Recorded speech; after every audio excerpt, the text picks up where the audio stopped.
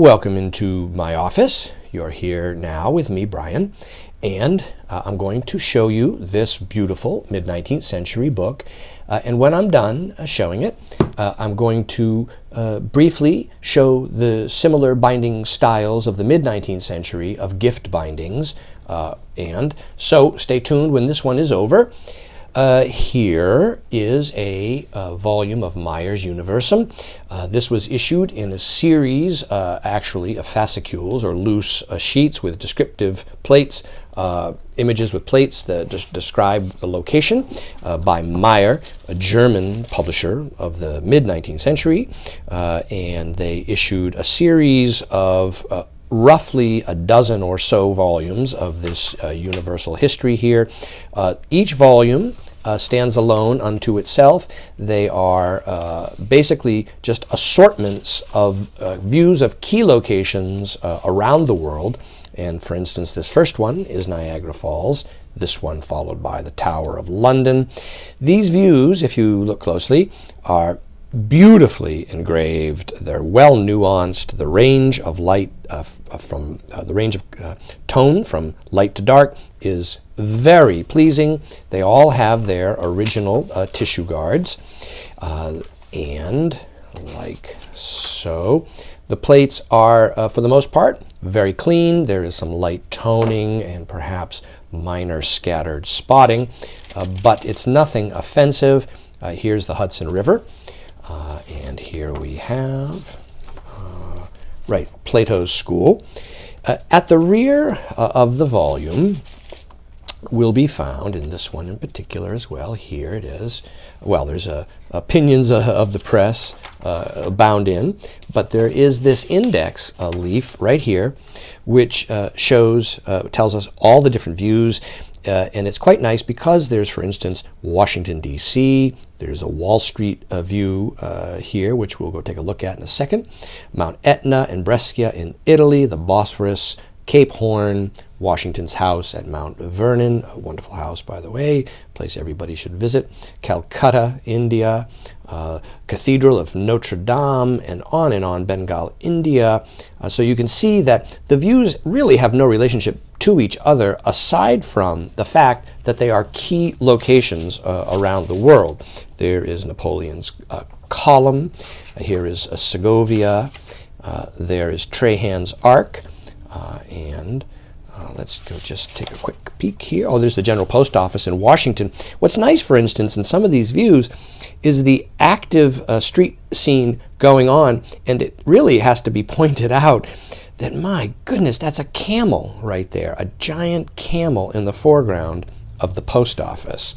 That is really something. So 273 should be Wall Street. So let's just have a look here. Oops. Oh, here it is, right here. Look at this, yes. Horse-drawn carriages here on Wall Street, dozens of people, and so on. And so that is, there's Tehran in Iran, and the Opera House interior in Paris, and on and on. Now, this, the binding here, by the way, I will say briefly, is nothing less than wonderful. It is a truly spectacular period binding. The turn-ins are gilt ornamented like so. The edges are gilt ruled. The covers. This is a superior binding for Meyer's work of this era. All of these books here are what's known as gift bindings. These are primarily American, and they're either embossed or heavily gilt decorated, like that's a leather binding with embossed ornamentation. This is a cloth that is gilt stamped, and the reason it's so ornate is they were intended, especially with the gilt edges, to be presents. All of these can be viewed on our website by looking up the number. B361 is this one. This has been cataloged as B106, and I'll go down the column, the line here, and just show you briefly the types of bindings that are available from us now. These do sell regularly, so if you're looking at one of them now, there is a chance that it will be sold by the time you go to look. B98. See, very pleasing, this type of embossed decorative patterning, the rules with more patterns, the stamps in the compartments, and often there are engravings within these. This is B97, a Cowper book. See, images often within them. All of these are described with further images in the listing for the item. B412, this is full leather, like so. And they make, they're actually a wonderful area of collecting because so many of these bindings are one of a kind, and sometimes they'll have color lithographed half titles or frontispieces in them. Here is one that combines elaborate gilt with a floral embossing. And also sometimes they have dates stamped on the spine, which is a little quirk of binding of the era that I very much like. At one point I had formed a collection of American bindings which had dates stamped on the spines of them. And here is another one. This is B836. All you have to do when I'm showing them is just note the number if the book interests you. This is B231.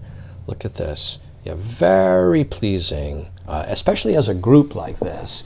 Here's another one with a date stamped on the spine, 1838, beautifully embossed. This is a remarkable binding here for the state of preservation of it.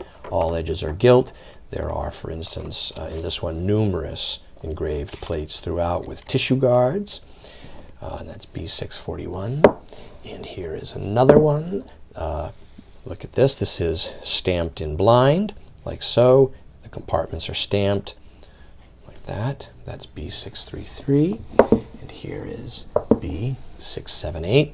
And this one actually has something interesting going on. I think this is a London book, I believe, a London binding. No, look, it's Philadelphia. Look at that, Philadelphia. That's great. And it's got the gilt rules as well as this a variation, two different types of blind rule inside the outline as well as outside of it. And so that's an interesting binding there. This one is, I think, a London binding. And this one is very interesting because if you look closely, you can see there is like a jester, and these are all laughing faces of little creatures. This is a remarkable comic binding with a date stamped on the spine. And there's also illustrations throughout this one. That's B473. And look at this. This is beautiful here.